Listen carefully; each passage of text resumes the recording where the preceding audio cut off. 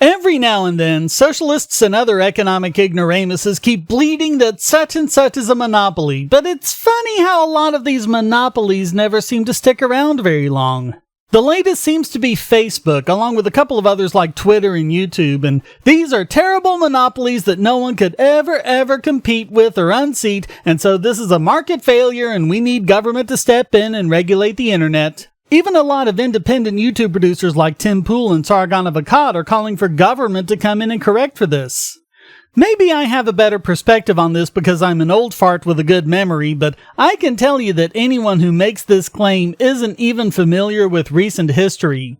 So here's an article from Tech News World in 2007, and the big unseatable monopoly then was MySpace. And I think it'll be enlightening to look at this article with the benefit of hindsight. Economics teaches us that the market for some goods and services are natural monopolies. No, it doesn't. If anything, economics teaches us that there is no such thing as a natural monopoly. People keep saying things like power companies are natural monopolies, and that's why they have to be controlled by government with monopoly power given to a single provider. But here's one uncomfortable question. If they're natural monopolies, why does government have to pass laws making it illegal to compete with them?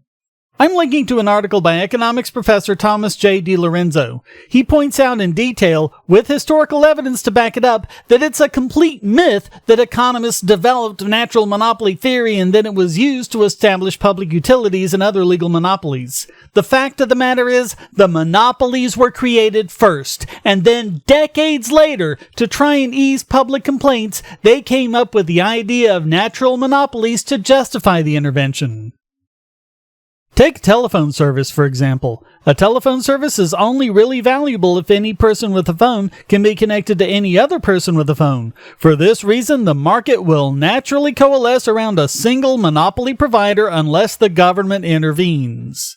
But that's not what happened. What happened was exactly the opposite. The telephone service was a monopoly for over 40 years because government made it one.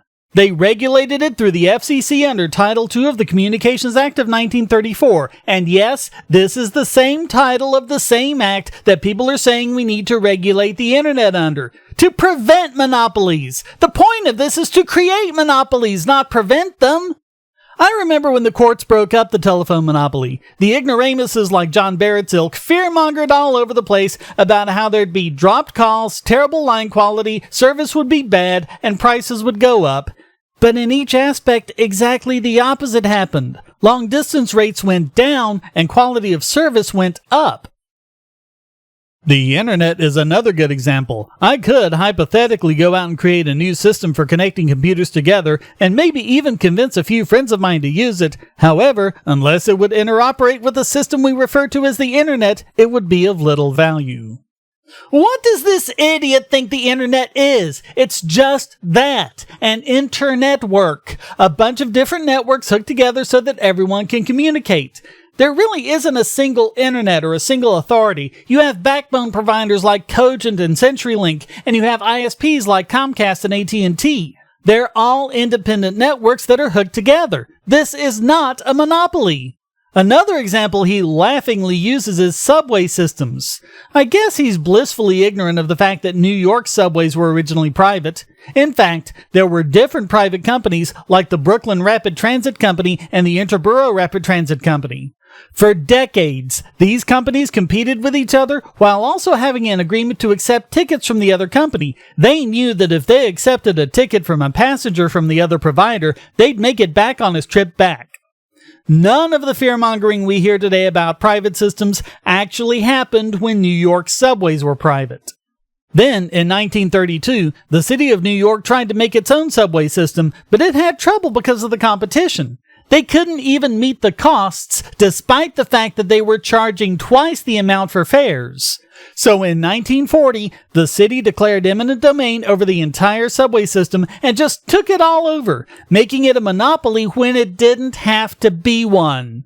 So if subway service is a natural monopoly, how do you explain this? So anyway, let's get to the main point. Back in 2007, the natural monopoly he was worried about was MySpace. Check this part out. Alternating between multiple social networking sites entails a greater cost than switching between instant messaging programs. Is the economic gain of a single social network great enough for the market to naturally eliminate all other rivals? Evidence suggests a rosy future for MySpace. Yeah, but it wasn't long before his evidence was shown to be completely, utterly, and pathetically wrong, as MySpace basically lost everybody but bands to Facebook. Oh, and don't think he didn't know about Facebook. He said it was one of the Me Too sites. In August 2006, Parks Associates fielded an online study which found that among all of the key social networking services, only MySpace has a substantial base of unique users. 70% of Yahoo 360 users, for example, also use other social networking sites, MySpace in particular. Ditto for Facebook, Windows Live Spaces, and Friendster. The implications of this conclusion are intriguing. Setting aside speculation of government intervention, the success of MySpace has produced a bumper crop of Me Too sites backed by various venture capital firms. Yet, economics suggests that even if the cost of having multiple networks is small, there will be just a few major players in the end. Other sites will be condemned to niche markets and subsets, while MySpace becomes the only site of significance, similar to how eBay, another good example of a cyber network, dominates the online auction space. Yes, eBay was considered a monopoly at the time as well, not Amazon, who of course had no hope of competing with it. Are you sensing a trend? And it wasn't just this one guy who was saying it. You have Victor Keegan of The Guardian who made the same claim. I won't go through it, but he makes pretty much the same arguments. Since it only makes sense to switch over to a different social media site if all of your friends have, there's a chicken and egg problem that you just can't get around. MySpace is a monopoly that can never be toppled. I wonder how stupid these guys are feeling today. And how many people today will feel stupid 10 years from now for saying that YouTube, Facebook, and Twitter are monopolies. Assuming their memories are good, of course. I remember when Yahoo was the god of search engines and no one could touch it. I'm linking to a Fortune magazine article from 1998 about it, the same year that Google was launched by 2 grad students in their dorm room. There are tons of other examples. Did you know that net neutrality was first proposed because people were afraid of AOL having a monopoly and controlling what people could and couldn't see online? Or that people were afraid of the dominance of Nokia in the cell phone market? When I was growing up, IBM was the big behemoth that just couldn't be stood up to, until Microsoft came along and stood up to them, and hardware makers started making computers compatible with IBM PCs. Then, Microsoft was the big monopoly, and they had to be dealt with too. It's funny how everyone's saying that Chrome has a monopoly on desktop browsers because 60% of users browse the web with it, but it wasn't too long ago that the unstoppable monopoly was Internet Explorer, which of course no browser could compete with because Microsoft included it with Windows. But then Chrome came along and did exactly that. I have a Washington Examiner article in the links that's a must-read. It goes into the real reason the Clinton administration brought antitrust action against Microsoft, even though you could always get a PC that didn't have a single byte of Microsoft software. One lobbyist fumed about Gates to author Gary Rivlin. You look at a guy like Gates who's been arrogant and cheap and incredibly naive about politics. He genuinely believed that because he was creating jobs or whatever, that'd be enough. Gates was cheap because Microsoft spent only $2 million on lobbying in 1997, and its PAC contributed less than $50,000 during the 1996 election cycle.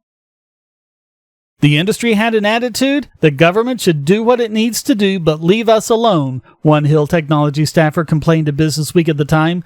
Their hands-off approach to Washington will come back to haunt them. Back before the antitrust case, Microsoft's tiny lobbying contention sat in the company's local sales office in Chevy Chase. Since the Hatch hearings, Gates' company has poured more than $100 million into K-Street's economy, hiring up members of Congress and Capitol Hill staff, many of whom then became top fundraisers, such as Republican Jack Abramoff and Democrat Steve Elmendorf. Walmart underwent this same shakedown last decade. Then the hedge funds caught the eye of Washington. Next on the menu is Apple. This is how Washington increases its power and its wealth. Everyone needs to remember this every time some politician or pundit complains about such and such a business that's terrible for consumers or competition or whatever.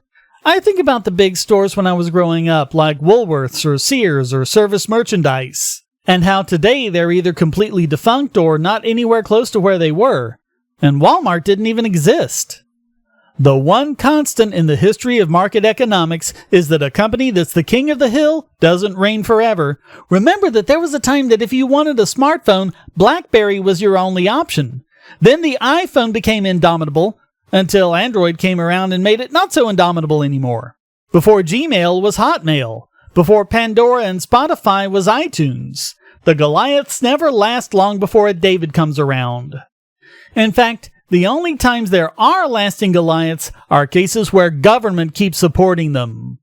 I think one thing is shown for certain. Whether it's Facebook or MySpace or eBay or Nokia or Yahoo or AOL or Microsoft or IBM or Walmart or Sears, whenever someone takes a large player in a competitive market and says they're a monopoly, the one thing they're always shown to be is wrong.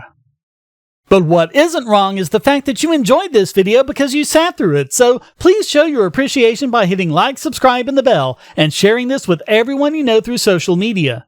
There are also several ways you can support this channel at donate.bogosity.tv, including one-time donations via PayPal or crypto, subscribing at Patreon or Subscribestar to get these videos early, or even using the Airtime extension to support this channel for free without viewing ads. Until next time, stay strong and be free.